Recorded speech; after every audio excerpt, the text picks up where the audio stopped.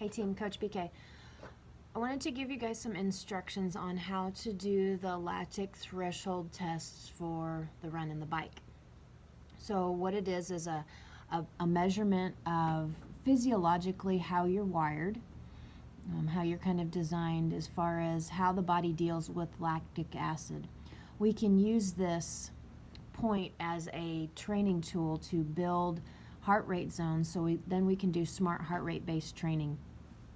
Using age is fairly inaccurate in that how much blood you can pump is determined by how strong the pump is and how big the pump is. And so you can kind of see how age kind of might not necessarily be the best way to calculate those ages. So we use physiological points instead. And so this lactic threshold is a point where the body can no longer deal with lactic acid.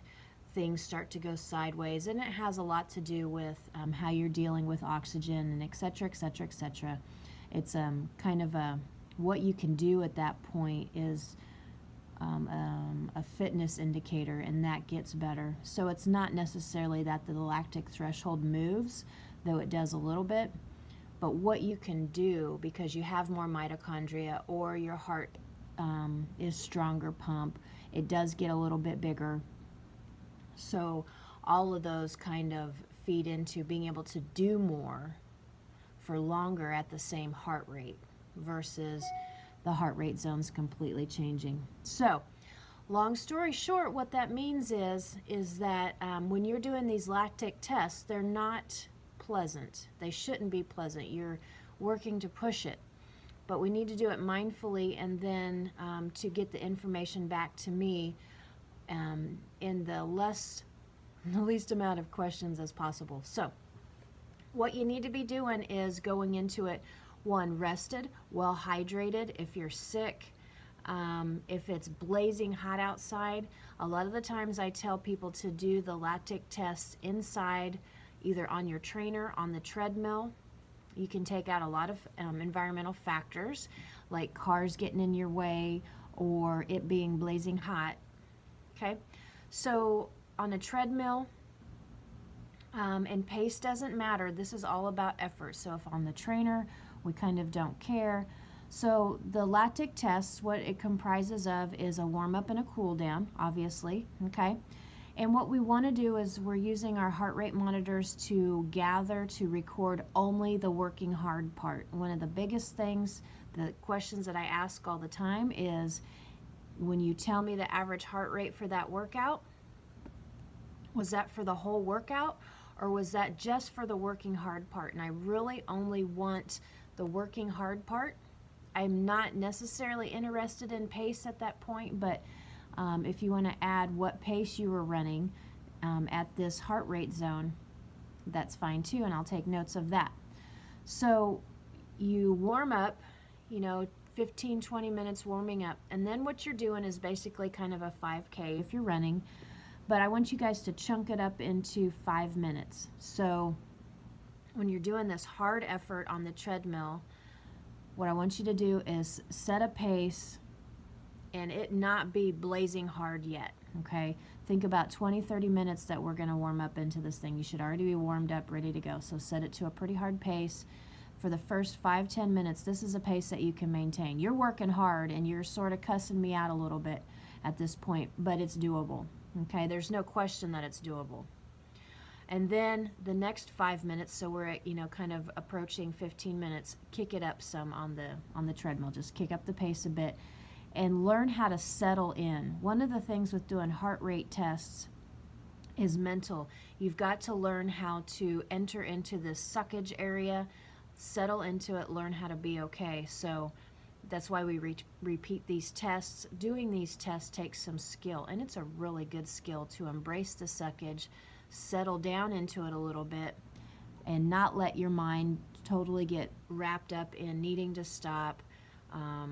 This is too hard. A lot of that stuff will get the heart rate up higher and the breathing will get off, versus if you were to calm down a little bit, settle down, keep your form good, you can maintain.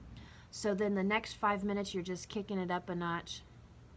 you know, that last 20 minutes, last 15 minutes, even last 10 minutes, if you find a place where you're working hard and you're not needing to slow down or stop, you'll notice that the heart rate's going to climb and then it's going to stay at a certain rate. And even if you were to go faster, the heart rate doesn't go any higher. That's the point where that's what we want. That heart rate of, even if you tried to bust it out and work harder, the heart rate doesn't go up much. Unless you're running super, super, super hard and you can do this for about 30 seconds and then you need to stop. That's too far, okay? We want to be able to still continue running. You're huffing and puffing. You're not saying words. You're not necessarily thinking kind thoughts. You're sort of wanting to puke, but sort of not, okay? That's the effort, and we want to record that heart rate then. So on your Garmin, only capture the really hard working out point. The heart rate should have stabilized most of the time. If your electrolytes are off, if you have cardiac issues or whatever, then this, you'll see them kind of jump around a little bit. But in general, they should have baselined out. So that would be what you would want to put into your Training Peaks comments when you complete this lactic threshold test. And that was for the run. For the bike, you're on your trainer, you're warming up, you're doing the same thing, and you can just adjust the shifting to make it a little bit harder. You want to keep your cadence up, okay? And at that last 10 minutes, you should be working hard. In my experience, I have found that it's harder to get your heart rate up and to work really hard on the bike just because of the position. There's physiological changes that go on within the body that make it a little bit harder to get the heart rate up. Thus why generally the lactic threshold for the run is generally 10-20 beats higher than on the bike, okay? So those are kind of, that's kind of how to do the lactic threshold testing. So give that a shout, give that a try. Shout out that average heart rate just for the working hard part, not for the whole workout with the warm up and the cool down included. It should be really hard, but you want to push yourself to get this right. And then, if you want to put the pace with it, fine. If you're doing it on the treadmill and the trainer, then the paces are a little bit off anyway. So this is really important to get these right. So then when I go to build your zones, I do it in an Excel sheet that I have, and I kind of backwards forwards it from this lactic threshold test. The lactic threshold point is the top of zone 4.